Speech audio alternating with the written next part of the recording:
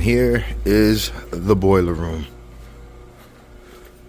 So they got to go all the way to the front. All right, so this is how they get hot water. No, I'm sorry. This is how they get heat.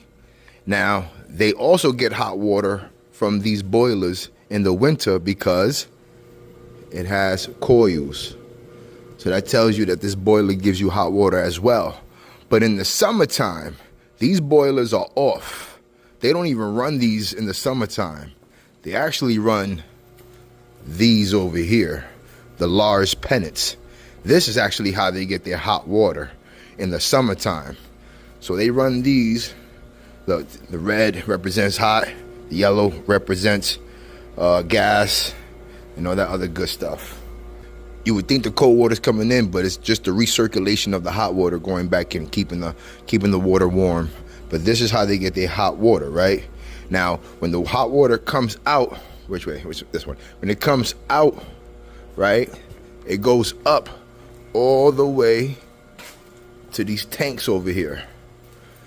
These are the tanks that people be asking, like, don't they have tanks in the building? Yes, this building has tanks in them. So they store the hot water here, and then the hot water goes up and do its thing. Now you see that the cold water comes into these tanks. So this is actually the water you're showering with. Now, Ricky, the Aquastat. There's no Aquastat here. There's sensors that are in place of the Aquastat because they have LMV controls. I love these controls. These controls give you so much control of the boiler. That's basically like an automatic kind of thing. But these are big ones too. But I like this boiler room. And look, this is their big mixing valve. You see, the hot comes in, the cold comes in, and it goes up to the domestic building. This is why they call it domestic hot water. All right, so this is how they get their hot water, all the way in the building.